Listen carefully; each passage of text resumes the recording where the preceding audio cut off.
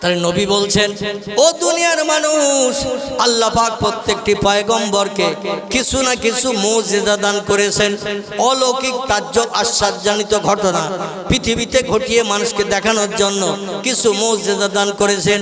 আমি মুহাম্মদ রাসূলুল্লাহ পয়গম্বর হিসাবে স্বীকৃতির জন্য আল্লাহ আমাকে কম বেশি ৪৫০০০-এর মতো মুজিজা দান করেছেন। চিল্লায়ে বলুন একটু সুবহানাল্লাহ। মুজিজা শব্দটি হলো আরবি ভাষা। কি ভাষা? আরবি ভাষা। এর বাংলা অর্থ হলো অলৌকিক তাজ্জব আশ্চর্যজনিত ঘটনা। মানুষকে যখন তখন তাজ্জব ঘটনা ঘটিয়ে বানিয়ে দিতেন পয়গম্বরেরা। আমার ভাইরা, মুসা নবীর মুজিজা আছে না নাই?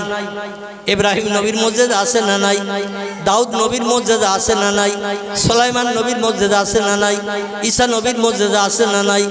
আমাদের পয়গম্বর হচ্ছে আল্লাহ আমাকে সর্বশেষ পয়গম্বরকে পাঠিয়েছেন। মানুষ তাড়াতাড়ি আমার এই পয়গম্বর বলে মানবে না, এই জন্য আমি অলৌকিক তাজ্জব ঘটনা ঘটিয়ে মানুষকে বানিয়ে পয়গম্বরের স্বীকৃতি যাতে পেতে পারি, এই জন্য ৪৫০০০-এর মতো মুজিজা আল্লাহ আমাকে দান করেছেন। এই মুজিজার ভিতরে একটি মুজিজা হলো আল্লাহর চেহারা দর্শন। জোরে বলুন একটু সুবহানাল্লাহ। কি দর্শন? আল্লাহ চেহারা দর্শন। পয়গম্বর বলছেন, ও দুনিয়ার মানুষ, আমার উম্মত মণ্ডলীরা, তোমরা শোনো, পৃথিবীতে যত পয়গম্বর এসেছে, পয়গম্বরে যখন পৃথিবীর জমিন থেকে বৃদ্ধা হয়ে বুড়ো হয়ে শহীদি বরণ করে এই দুনিয়া থেকে যখন মৃত্যুবরণ করেছে, তারা তাদের মুজিজাগুলো সঙ্গে করে নিয়ে কবরে চলে গেছে। কোন পয়গম্বর, দাউদ নবী কবরে চলে গেছে, তার লাঠি মুজিজা ছিল, সঙ্গে করে নিয়ে চলে গেছে। মুসা নবীর মুজিজা ছিল, আমার ভাইরা, লাঠি আল্লাহ মুজিজা দিয়েছিলেন। মুসা নবীর মুজিজা লাঠি, মুসা নবী কবরে গেছেন, সঙ্গে করে নিয়েছেন। দাউদ নবীর মুজিজা ছিল লোহা গালানো। কি গালানো? লোহা মোটা করে ধরলে গলিয়ে দিয়ে পানির মতো টপ টপ করে লোহা পড়তো। দাউদ নবী চলে গেছে। দাউদ নবীর উম্মতেরা খ্রিস্টান, যারা খ্রিস্টান এখনো দুনিয়ায় বেঁচে আছে, এখন ২ কেজি ৪ কেজি বাটকারা যদি ওদের হাতে দেন, ওরা চেপে ধরে গালাতে পারবে তো? কথা বলেন। দাউদ নবী মুজিজা সঙ্গে করে নিয়ে কবরে গেছে। ওর উম্মতেরা হায়াতে দুনিয়ায় বেঁচে আছে, কিন্তু তারা কেউ, ইহুদিরা বা খ্রিস্টানেরা, ওরা কেউ কিন্তু লোহা গালাতে পারবে না। ঈসা নবীর মুজিজা ছিল লাঠি। কি মুজিজা? লাঠি লাঠি লাঠি। মুসা নবীরও মুজিজা ছিল লাঠি, নীল দরিয়ায় লাগিয়ে দিয়েছে মুসা নবীর মুজিজা। তাফসীরে কারকেরা বলছেন, ওনার ওই লাঠিটা শোয়েব নবী কন্যা বিয়ে করার কারণে, লম্বা ঘটনার সংক্ষেপ যেটা বলছি, মাদানের দেশে একজন পয়গম্বর ছিল, তার নাম ছিল হযরত শোয়েব আলাইহিস সালাম। ওনার বড় মেয়ে সবুরাকে বিয়ে করার কারণে জামাইকে খুশি করার জন্য নিজের হাতের লাঠিটা জামাইকে একটু উপঢৌকন দিয়েছিলেন। আমরা যেমন জামাইরা এখন পালসার গাড়ি দেই না, না দিলে আবার মেয়ে বিয়ে করবে না। ৩৬ জন যে কালার টিভিও দিতে হয় না, হয় না? আমার ভাইরা, এমন করে ঘর সাজানো জিনিসপত্র এটা ওটা সবকিছু না দিলে মেয়ের খোটার ঘর হয় না, হয় না? পয়গম্বর শোয়েব নবী বলেন, বাবা, এই মাদান থেকে বাড়ি চলে যাচ্ছ বেশ কিছুদিন পর, তো আমার নাম কি করলে মনে পড়বে? এই জন্য আমার হাতের লাঠিটা তোমারে দিচ্ছি তোহবা স্বরূপ, নিয়ে যাও বাবা। যখন এই লাঠিটার দিকে দেখবে আমার নাম তোমার মনে পড়বে। জোরে বলুন সুবহানাল্লাহ। এই লাঠিটা সামনে যখন খাড়া করে ধরতেন, তাফসীর কারকেরা বর্ণনা করেছেন, লাঠিটার দৈর্ঘ্য ছিল ৮০ হাত। কত? ৪০ গজ, ৮০ হাত লম্বা লাঠি সামনে খাড়া করে ধরলে কাঁধ পর্যন্ত উঁচু হতো। তাহলে আমাদের দেশে ৩ ফুট লোকের থেকে মুসা নবী আরো ছোট ছিল তো নাকি? ৩ ফুট জোকার পেউনে আছে না, ৬০ ফুটের লোক। মুসা নবী লাঠির সামনে যখন ধরতেন কাঁধ পর্যন্ত উঁচু হতো। এর দৈর্ঘ্য ছিল ৮০ হাত। তাহলে মুসা নবী বেটে লোক ছিল তো নাকি? এই লাঠিটা যখন নীল দরিয়ার কিনারায় দাঁড়িয়ে সাগরের পানিতে লাগিয়ে দিয়েছে, আল্লাহ সাগরের পানি ফেড়ে তলা দিয়ে রাস্তা বার করে দিয়েছেন। জোরে বলুন একটু সুবহানাল্লাহ। আল্লাহ বললেন, মুসা ১৮,০০০ কিছু কম বেশি তোমার সঙ্গী সাথীদের নিয়ে রাস্তা পার হয়ে নীল দরিয়া পেরিয়ে যাও। ৭৫০ থেকে ৮০০ কিলোমিটার রাস্তা নীল দরিয়ার আড় পাড়ি। আল্লাহ পানি ২ ভাগে ভাগ করে দিয়ে রাস্তা বানিয়ে দিলেন। মুসা নবী তার সঙ্গীরা পেরিয়ে চলে গেল। ফেরাউন নীল দরিয়ার কিনে এসে দেখে মুসা লোকজন দিয়ে রাতের বেলা পাহাড়ের পাথর কেটে কেটে রাস্তা বানালো কবে। আর ওরা তো পেরিয়ে যাচ্ছে, চাকর ধোবার মেথর সব তো চলে যাচ্ছে, আমাদের পায়খানা পরিষ্কার করবে কে, ঘর ঝাড়ু দেবে কে, রান্না করে দেবে কে, যদি অসুস্থ হয় সেবা যত্ন করবে কে, ওদের ধরিয়ে আনতে হবে। হামান বলল তাহলে কি করবেন? বলে ওরা চলে যাচ্ছে যখন রাস্তাতে আমরাও যাব। হামানের সারা মাথা ছিল টাক মাথা। কি মাথা? টোটাল মাথা একটা লোম পশম ছিল না। তফসির কারকেরা তফসিরের কিতাবে লিখেছেন যাদের মাথাটা টাকওয়ালা হয় মেকুন্দে মেকুন্দে, এরা কুযুক্তিতে ফাঁস হয়, কুযুক্তিতে ফাঁস হয়। এই টাক মাথা হামান বলল রাস্তায় খোদা যাবেন না, নাউজুবিল্লাহ। গেলে মুসা জাদু খেটে যে বিপদ হতে পারে। বলে ওরা তো গেল ভালো, আমরা গেলে কেন বিপদ হবে? ঘোড়া চালিয়ে দে, লোকজন চালিয়ে দে, ধরিয়ে আনতে হবে সব ওদের বনি ইসরাইল কমের লোকদের। যেই মাছ দরিয়ায় চলে গেল, মুসা নবীর লাঠি আল্লাহ কেমন মর্যাদা দিয়েছিলেন। মুসা আল্লাহর কাছে কিনারে উঠে যেয়ে বলে আল্লাহ এপারে এসে তো লাভ হলো না, ওরাও তো এসে গেছে দেখছে নীল দরিয়ার মাঝখানে, আবার ঘোড়ার পিঠে চেপে আসছে দ্রুত, দৌড়িয়ে দৌড়িয়ে কত সৈন্য পিছনে আসছে। এই এপারে যদি আমাদের ধরে মার তো একটু বেশি হবে, কারণ ওপারে ধরলে মার একটু কম হতো, আর কষ্ট করে এপারে এসে যদি ধরে মার বেশি হবে না কম হবে? মার বেশি হবে, রাগ যত বেশি হবে মার তত বেশি হবে। আল্লাহ ওপারে তুমি ধরিয়ে দাওনি কেন? এপারে ধরলে তো মার বেশি হবে। আল্লাহ বলেন মুসা বেয়ামিনিকা ইয়া মুসা, তোমার ডান হাতে ওটা কি? মুসা বলছে আমার শ্বশুরের দেয়া যৌতুক আসা, লাঠি। লাঠি আল্লাহ বলছেন ওই লাঠিটা একটু পানিতে লাগাও, বাকি কাজ আমার। জোরে বলুন সুবহানাল্লাহ। নীল দরিয়ার ওপারে যেই একটু পানিতে লাঠি লাগালো, আল্লাহ বলল পানি মুসার লাঠির মুজিজার কারণে আবার তোমরা পূর্বে যেমন ছিলে তেমন হয়ে যাও। আর ফেরাউন তার দলবল যারা এই নদীর মাঝখানে সাগরের মাঝখানে এসেছে, ওদের একটু ইঁদুরের বাচ্চার মতো নাকানি সুবানি খাইয়ে কমপ্লিট করে দাও। আমার ভাইরা, ঈসা পয়গম্বরকে আল্লাহ একটা লাঠি দিয়েছিলেন।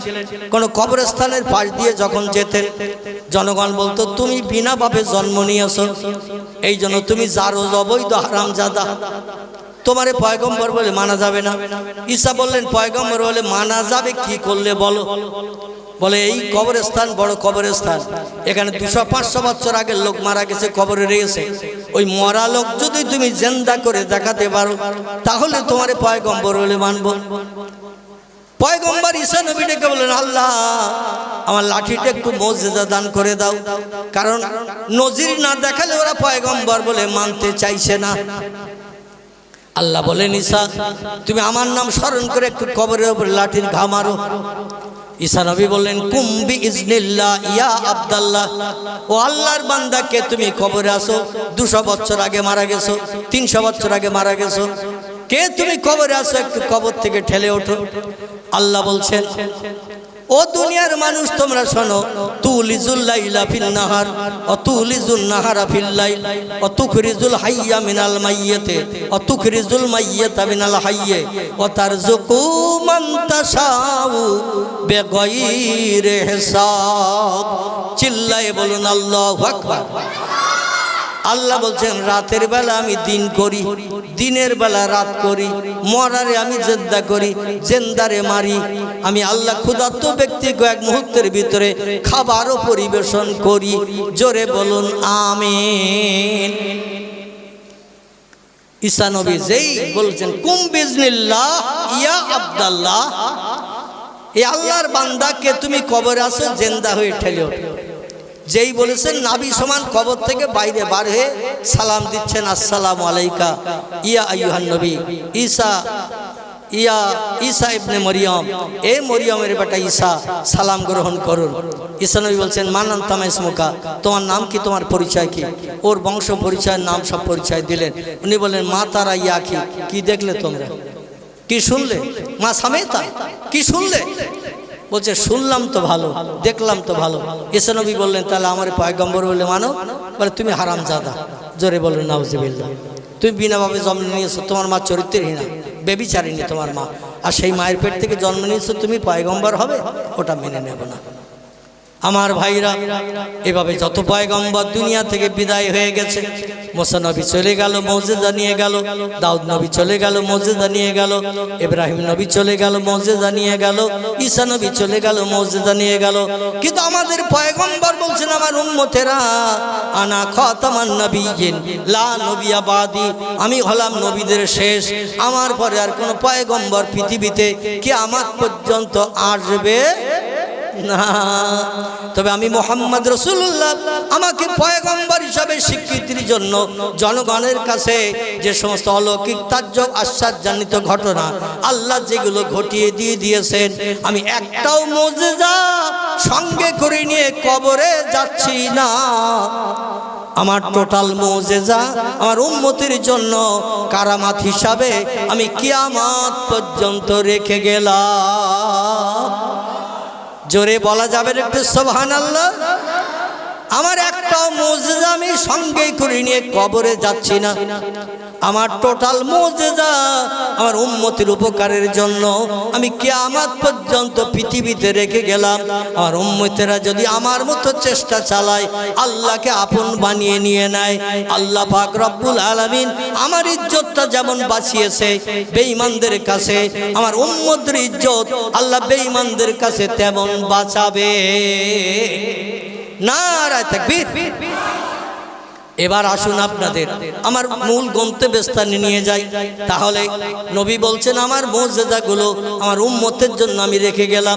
আমার উম্মতেরা যখন চেষ্টা করবে, চিন্তা ভাবনা নেবে বাস্তবে রূপদানের জন্য আমার মুজিজাগুলো, তারাও বাস্তবে রূপদান করে পৃথিবীতে মুখে হাসি ফুটাতে পারবে। জোরে বলুন একটু আমিন। এখন নবীজির মুজিজা আল্লাহ পাক রব্বুল আলামিন দুটি দলের মানুষের জন্য এই মুজিজা বা কারামাত, নবীদের জন্য হলো মুজিজা আর ওলিয়া আউলিয়াদের জন্য হলো কারামাত।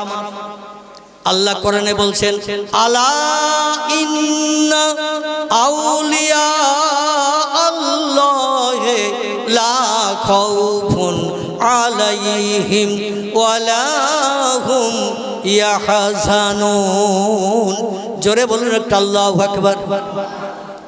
আল্লাহ কোরআনে সূরা বাকারায় তত্ত্বকোট করলেন, হুয়াল্লাযী খালাকালাকুম মা ফিল আরদি জামিআ। এই আয়াত দুটো আমি বক্তৃতার প্রারম্ভে আপনাদের কাছে পরিবেশন করেছিলাম। এত সময় এর প্রাসঙ্গিক কিছু আলোচনা আপনাদের কাছে এই জন্য করলাম যাতে আয়াত দুটির বর্ণনা আপনাদের বুঝতে জানতে সুবিধা হয়। তাই আল্লাহ ডেকে বলছেন, হুয়াল্লাযী খালাকালাকুম মা ফিল আরদি জামিয়া। ও দুনিয়ার মানুষ, তোমরা শোনো, পৃথিবীতে যা কিছু চোখে দেখতে পাও, যা কিছু দেখতে পাও না, সব সৃষ্টি আমি আল্লাহ বানিয়েছি এবং সমস্ত সৃষ্টিকে সৃষ্টির শ্রেষ্ঠ মানুষের জন্য আমি আল্লাহ বশ করে দিয়েছি। মানুষের কল্যাণের জন্য সব সৃষ্টিকে পৃথিবীতে আমি আল্লাহ বানিয়েছি। খলাকা লাকুম মা ফিল আরদি জামিয়া। ও মানুষ, তোমাদের জন্য যা কিছু দুনিয়ায় দেখতে পাও, যা কিছু দেখতে পাও না, সব কিছু তোমাদের উপকারের জন্য বানিয়েছি। জোরে বলুন একটু সুবহানাল্লাহ। বাঘ তোমাদের উপকার করবে, ভাল্লুক তোমাদের উপকার করবে, সিংহ তোমাদের উপকার করবে, সাপ তোমাদের উপকার করবে, জলস্থির তোমাদের উপকার করবে, তিমি মাছ তোমাদের উপকার করবে, পাখি পক্ষী তোমাদের উপকার করবে, গাছপালা তোমাদের উপকার করবে, মাটি তোমাদের উপকার করবে, আগুন তোমাদের উপকার করবে, পানি তোমাদের উপকার করবে, হাওয়া তোমাদের উপকার করবে। এক কথায় যা কিছু আছে সব মানুষের উপকারের জন্যই আল্লাহ বানিয়েছেন। জোরে বলুন একটু আমিন। আচ্ছা, কোরআনের কথাটা সত্য না মিথ্যা? জোরে বলেন। তা সত্য যদি হয় তাহলে আগামীকালের জন্য আমি আপনাদের বলবো, আমারে নিয়ে আপনারা কিছু মানুষ একটু চলেন, আমরা সুন্দরবনের জঙ্গলে যাই। কোথায়? সুন্দরবনের জঙ্গলে যাব। জঙ্গলে কি আছে? বাঘ আছে, ভাল্লুক আছে, সিংহ আছে, হাতি আছে, গন্ডার আছে, জলস্থি আছে, সাগরের কিনারায় মাঝে মাঝে পুলুশ কেটে ঠেলে ওঠে না? ওঠে না? ওঠে। হিংস্র জীবজন্তু জঙ্গলে আছে, সুন্দরবনের জঙ্গল। মানুষ জঙ্গল দেখতে যায় একটু হলুদ কালো ডোরা কাটা মাল দেখার জন্য, ঠিক না ভুল? যদি বাঘ নজরে দেখতে পায় বলে আমাদের জঙ্গল সফর করা সার্থক হয়েছে। আর ঘুরিয়ে ঘুরিয়ে যদি দ্বীপের চারিপাশে, জঙ্গলের চারিপাশে নৌকায় করে ভটভটিত করে ঘুরি ঘুরি, যদি বাঘ দেখা না হয় বলে কেমন দেখে আসলি জঙ্গল, বলে সে আসল মাল দেখা যায়। এই ঠিক না ভুল? আসল মাল দেখা যায়নি, মানে আসল মালটা কি? বাঘ, হিংস্র জন্তু, সব জঙ্গলের সৃষ্টি, যারে ভয় করে। এখন আমরা মনে করি জঙ্গলের ভটভটি থেকে, লঞ্চ থেকে নেমে জঙ্গলের ভিতরে ঘুরে ঘুরে বেড়াচ্ছি দেখার জন্য। জঙ্গলের ভিতরে মৌসাক আসে না নাই, হরিণ আসে না নাই, বানর আসে না নাই, বুনসর আসে না নাই, বিভিন্ন জীবজন্তু জঙ্গলে আসে দেখার জন্য ঘুরে বেড়াচ্ছে। হঠাৎ যদি একটা হলুদ কালো ডোরা কাটা বাঘের সঙ্গে যদি সামনে দেখা হয়, বাঘের সঙ্গে যদি দেখা হয়ে যায়, আমরা কি করব বলেন? বাঘ মানুষ দেখলে পাগল হয়ে যায় খাওয়ার জন্য, কারণ বাঘের সব থেকে প্রিয় খাবার হলো মানুষ। ঠিক না ভুল? মানুষের গোশত ওদের সব থেকে ভালো লাগে খেতে, এই জন্য মানুষ দেখলে বাঘ পাগল হয়ে যায়। এখন বাঘ যদি লেজ পাকিয়ে চোখ দুটো মোটা করে, চোখ মোটা করে যদি লেজ পাকাতে শুরু করে, ফুলে মোটা হয়। কোথা থেকে শুরু হয়েছে? এই মাদ্রাসা থেকে একটা ফোন হারিয়ে গেছে, চুরি হয়েছে, এখন বলবো না। বলে যে লোকটা পেয়েছে হয়তো সে বলবে আমি তো চুরি করিনি, পড়িয়েছিল তাই পেয়েছি। তো আমার যখন চোর বদনাম দিয়েছে আমি আর দেব না। এই মানুষ এখন ঘুরিয়ে শোয় না। এই জন্য একটা মোবাইল ফোন হারিয়ে গেছে।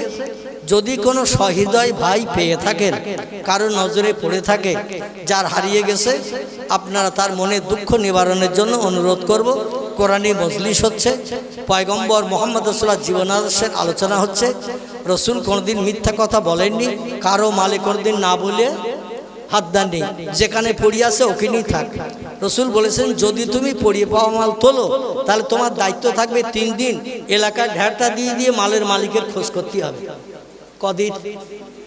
তুমি যদি কোনো মাল রাস্তায় পড়িয়ে থাকতে দেখো আর যদি তুমি তুলে নাও, তাহলে তোমার দায়িত্ব থাকলো 3 দিন এলাকায় পাবলিসিটি করতে হবে, আমি একটা মাল পেয়েছি, যার হবে আমার কাছ থেকে নিয়ে যাও। আচ্ছা পেয়েছি রাস্তায়, আবার 3 দিন ঢাটা দিতে হবে, দায়িত্ব নেবে কেউ? নেবে? তাহলে যার মাল সেখানে থাক, কিন্তু কেউ সেখানে রাখে না। বরং জিজ্ঞাসা যদি করে ভাই আমার একটা টাকা হারিয়ে গেছে, পয়সা হারিয়ে গেছে, অমুক জিনিস হারিয়ে গেছে, তুমি পেয়েছো?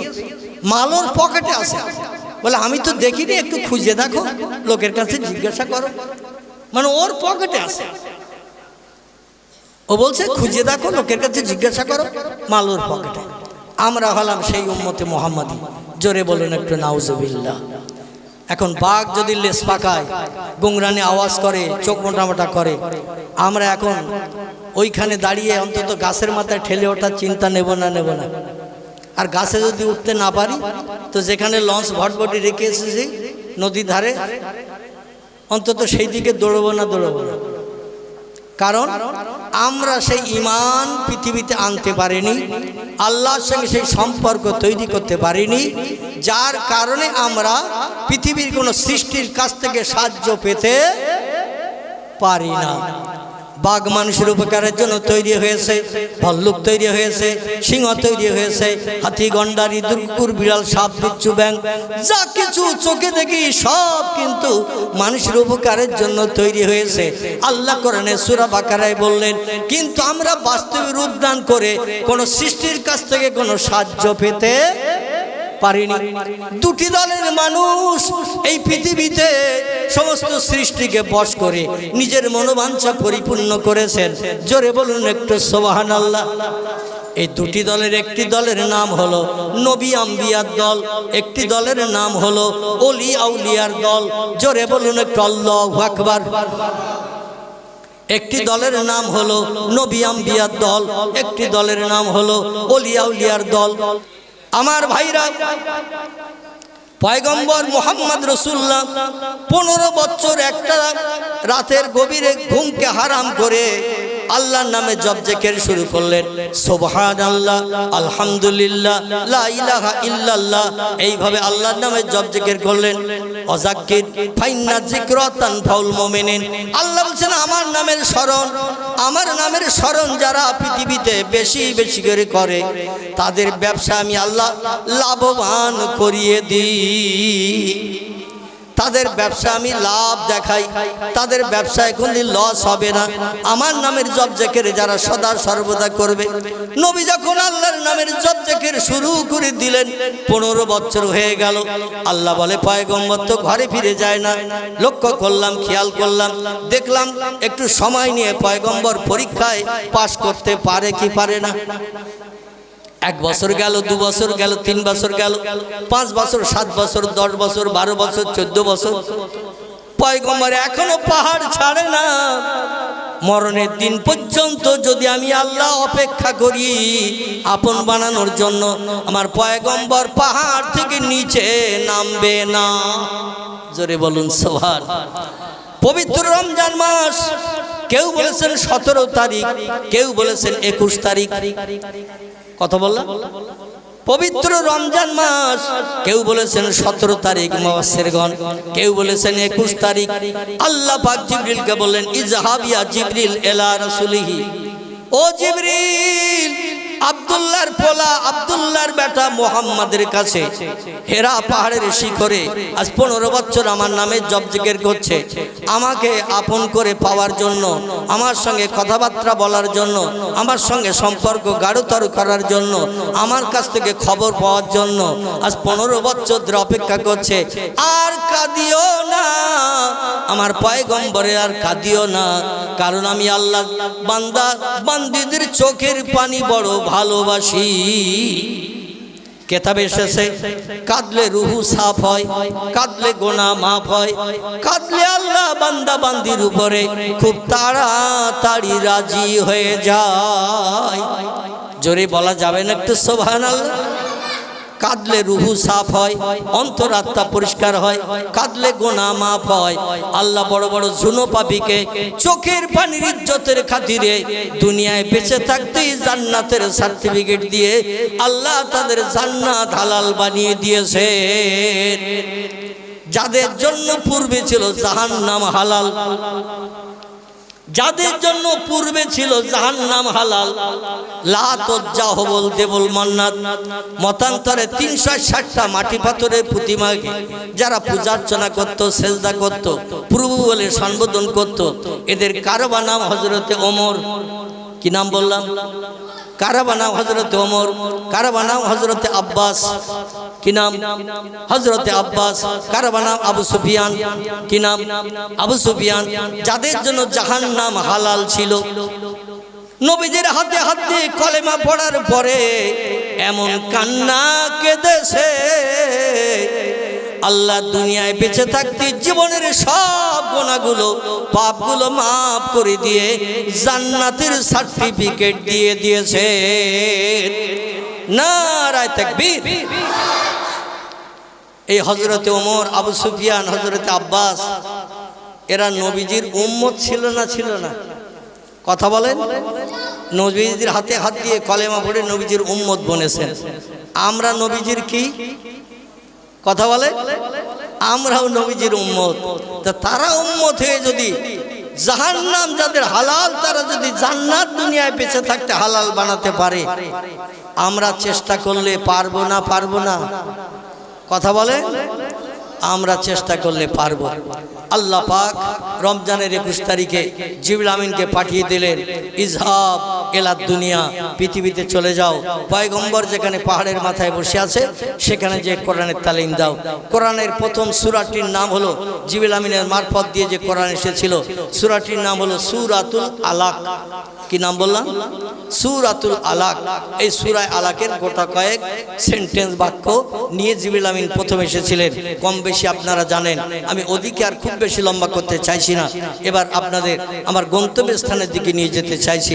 ইকরা বিসমি রাব্বিকাল্লাযী খলাক, খলাকাল ইনসানা মিন আলাক, ইকরা রাব্বুকাল আকরামুল্লাযী আল্লামা বিল কালাম, আল্লামাল ইনসানা মা লাম ইয়ালাম। এই পর্যন্ত কোরআনের প্রথম শুভ সূচনা। জোরে বলুন সুবহানাল্লাহ। পয়গম্বরকে বললেন, এ পয়গম্বর, আপনি কোরআনের আয়াত নিয়ে মক্কা নগরীতে চলে যান এবং আল্লাহর কথা, যে আল্লাহর কথা আপনাকে বললাম, এই আল্লাহর কথা মক্কাবাসীদের কাছে বলুন। পয়গম্বর কোরআনের আয়াত নিয়ে ফিরে আসলেন মক্কা নগরীতে এবং আল্লাহ পাক জানিয়ে দিলেন, অনজির আশিরতাকাল আকরাবিন, এ হাবিব, দূরবর্তী মানুষের কাছে তোমাকে কলেমার দাওয়াত দিতে হবে না। তুমি আমার আরশ মোল্লার ভাষা লা ইলাহা ইল্লাল্লাহু মুহাম্মাদুর রাসূলুল্লাহ, আমি হলাম সমস্ত সৃষ্টির স্রষ্টা আর তুমি সমস্ত সৃষ্টির ভিতরে শ্রেষ্ঠ, এই দুইজনের নাম তোমার পাড়া প্রতিবাসী আপনজনের কাছে বলো, তারা লাতজ্জা হবল দেবলের কাছে মাথা নত না করে আমি আল্লাহ আমার কাছে যেন মাথা নত করে সেজদা করে। সকলে বলুন আমিন। সারা মক্কাবাসী শত্রু হলো। 13 বছর মক্কা নগরীতে অত্যাচার, নির্যাতন, উৎপীড়ন রসুলে পাক সহ্য করলেন। তারপরে যখন অধৈর্য প্রকাশ করলেন, অধৈর্য হয়ে গেলেন, পাথরের মতো, এই বৃষ্টির মতো পাথর নিক্ষেপ করে রসুলের সারাটা দেহ বসন্তের দাগের মতো দাগ যখন করে দিল, আল্লাহ বলল, হাবিব, আপনার এই 13 বছরের ঘাত প্রতিঘাতের ব্যথা নিবারণের জন্য আমি চিন্তা ভাবনা নিয়েছি, স্বয়ং আমার খাস কোয়ার্টারে আপনারে নিয়ে আসবো। সংক্ষেপ কথা, আমার ভাইরা, রজব মাসের 26 তারিখের দিনগত রাত মক্কার কাবা চাতল থেকে পয়গম্বরকে আল্লাহ পাক মেহমান সাজিয়ে, অতিথি সাজিয়ে নিজের খাস কোয়ার্টার, যেটির নাম হলো আরশ কুরসি, আরশ মোয়াল্লা, সেখানে নিয়ে হাজির করে এক জায়গায় সামনাসামনি বসে গল্প গুজব করলেন, যাতে পয়গম্বরের 13 বছরের দুঃখ নিবারণ হয়। আল্লাহ পাক রব্বুল আলামিন তফসিরে মাফাতিউল গায়ব, তফসিরে খাজেন, তফসিরে রুহুল বায়ান, বিখ্যাত তফসিরে কেতাবে লেখকেরা লিখেছেন, আল্লাহর সঙ্গে নবীজির সামনাসামনি বসে 13 বছরের দুঃখ নিবারণের জন্য যে গল্প করেছিলেন, গল্পটা করতে সময় লেগেছিল 27 বছর। ক বছর? 27 বছর সময় লেগেছিল। অন্য মুফাসসিরগণ তফসিরে কেতাবে লিখেছেন মতান্তরে 25 বছর, 2 বছর কম বেশি তফসিরে কেতাবে লেখা হয়েছে। আচ্ছা, 25 বছর সময়টা কি কম? কথা বলেন। 27 বছর সময়টা কি কম? আমার আল্লাহ পাক রব্বুল আলামিন নিজের নূরে তাজ্জলে চেহারা পয়গম্বরের সামনে আল্লাহ বসলেন। কেতাবের ভিতরে এসেছে, একটা ধনুক বেকালে যতটা তলাটা দূরত্ব হয়, ধনুক যাতে তীর দিয়ে ছড়া হয়, ওই ধনুকের মাথাটা বেকালে তলাটা যতটা দূরত্ব হয়, এতটা দূরত্বে পয়গম্বর এবং আল্লাহ বসলেন। পয়গম্বর আল্লাহর চেহারা দেখছেন, আল্লাহ পয়গম্বরের চেহারা দেখছেন। গল্প শুরু করে দিয়েছেন। পয়গম্বর মুহাম্মদ রাসূলুল্লাহ 1450 বছর আগে আল্লাহর দরবারে যে আল্লাহর সামনে বসে গল্প গুজব যেটা করেছিলেন, আল্লাহ পাকের কত দয়া, কত রহমত, কত বরকত আমাদের জন্য দৈনন্দিন 5 বার ওই গল্প করার সুযোগ করে দিয়েছেন। জোরে বলা যাবে না একটু সুবহানাল্লাহ? নারায়ে তাকবীর। আচ্ছা, পয়গম্বর আল্লাহরে দেখেছে না দেখেনি? দেখেছে। কতদিন? 27 বছরের লম্বা মেয়াদ। সামনাসামনি বসে, মনে করুন 2 হাত ডিস্টেন্স, সামনাসামনি বসে দেখেছেন, গল্প করেছেন। আচ্ছা, পয়গম্বর এবং আল্লাহ যে গল্প করেছেন, ও গল্পটার কথা কি একটু বলবো? কি গল্প করেছিল বলবো? বিসমিল্লাহির রহমানির রহিম। প্রতিদিন আমরা নামাজ পড়ি কত? 5 ওয়াক্ত। এই 5 ওয়াক্ত নামাজ যখন পড়ি, ফজরের 2 রাকাত ফরজ নামাজ, সূরা কেরাত পাঠ করে রুকু সেজদা করে যখন আমরা বৈঠক করি, বৈঠকে আমরা প্রথম কি পড়ি? কি পড়ি? তাশাহুদ পড়ি।